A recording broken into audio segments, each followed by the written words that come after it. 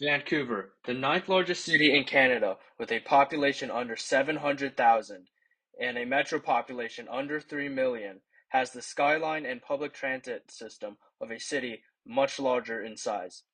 With pleasant walkable street fronts and beautiful scenery across the city, it has many qualities lacking in other North American cities. Like the story of most U.S. or Canadian cities, after World War II, the U.S. and Canada experienced rapid economic growth in the 50s and 60s. During this time, middle-class families in both countries increasingly moved into single-family homes in the suburbs and relied on automobiles to drive to work in the inner city. As a result, city designs and infrastructure were greatly rebuilt to suit the needs of cars. In the U.S., the Federal Aid Highway Act of 1956 saw the government build large freeways which cut through the center of pretty much every significant city in the U.S. The construction of these roads often happened over poor slums, displacing countless of often minority communities. Vancouver, at this time, was also facing a similar problem. There was a freeway plan proposed to cut through and destroy the historical Chinatown in downtown Vancouver. However, with substantial resistance from the locals, this plan was eventually scrapped by 1964, making Vancouver one of the only major American cities without a proper freeway cutting through or circling around its downtown core. Though this wasn't the locals' initial intention, the scrapping of the freeway plan sowed the seeds for Vancouver's amazing urban development. Which brings us to the book, Vancouverism by Larry Beasley. Larry Beasley was one of the head city planners in Vancouver from the 90s to early 2000s. And in the book, he recounts all of the little details and steps which he and his team did to make Vancouver what it is today. Now, Larry Beasley took over in a pretty opportune time.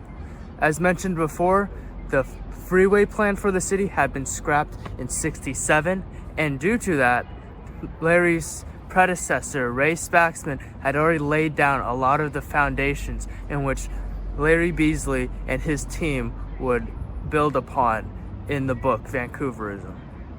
As Beasley noted in his book, Vancouver was transformed on the neighborhood level. As city planners, developers, and residents worked together to navigate the process of their mega project developments, Beasley noted that each neighborhood had to follow 10 set parameters.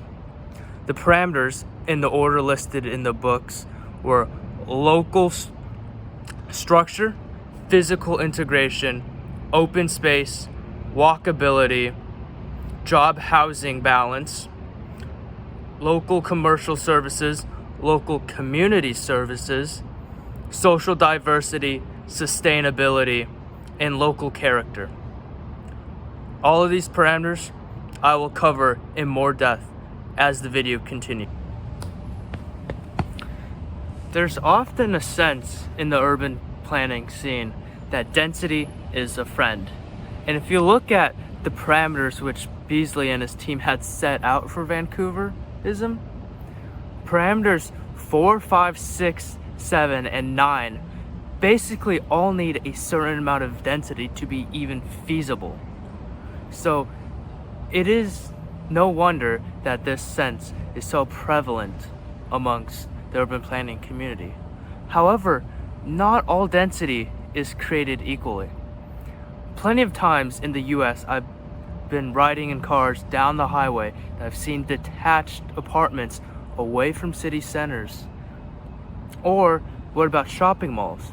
These two things are both products of car culture and dependency in America, yet I'd argue that they're pretty dense too. So what's the difference between these? Parameters 1 and 2 are meant to ensure that Vancouver's density doesn't become like those prevalent density islands in so many other American cities. The power of density comes from being able to place a lot of people within a short distance of a lot of places. So to ensure that this is the case, and that each neighborhood is properly integrated with the rest of the city as a whole, parameters 1 and 2 come in to make sure that this is the case. By ensuring that everyone is within a short distance of most typical economic activities or jobs, then travel distance and commutes in Vancouver are greatly reduced to the benefit of the city and the residents. This would be the basis and the most important factor in all of pedestrian infrastructure or pedestrian activity. Everything else, besides maybe sidewalks, like the raised crosswalks or widening of sidewalks, are really just cherries on top.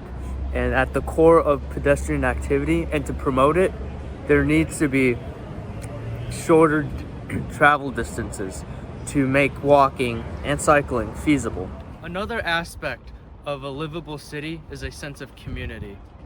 In American cities or suburbs, it's often very isolating, as most travel is done in personalized metal tubes on wheels, and neighborhoods are often segregated from one another and often used to exclude economic classes. The first step in which Vancouver sets to bring out a sense of community is parameter 4, walkability. By placing people outside of their cars and into the city as a whole, the seedlings of a sense of community is planted.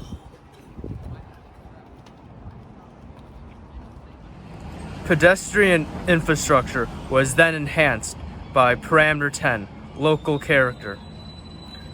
The tower and podium, which have come to define Vancouver's skyline, didn't just appear out of nowhere. The podiums were built to enhance pedestrian experience as it gave the street more life, while the tower part was in part to satisfy the developers' want for denser projects and better views. So these iconic tower podiums that come to scatter across Vancouver's skyline was a result of a combination of compromise and good urban planning.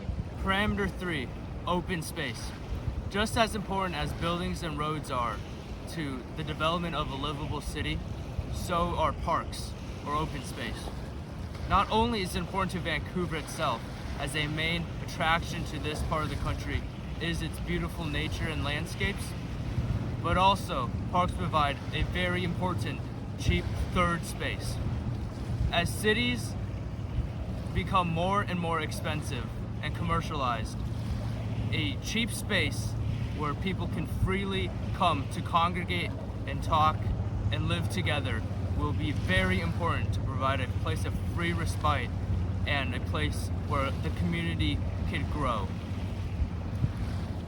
Which brings us to our last parameter, which I've specifically saved for last.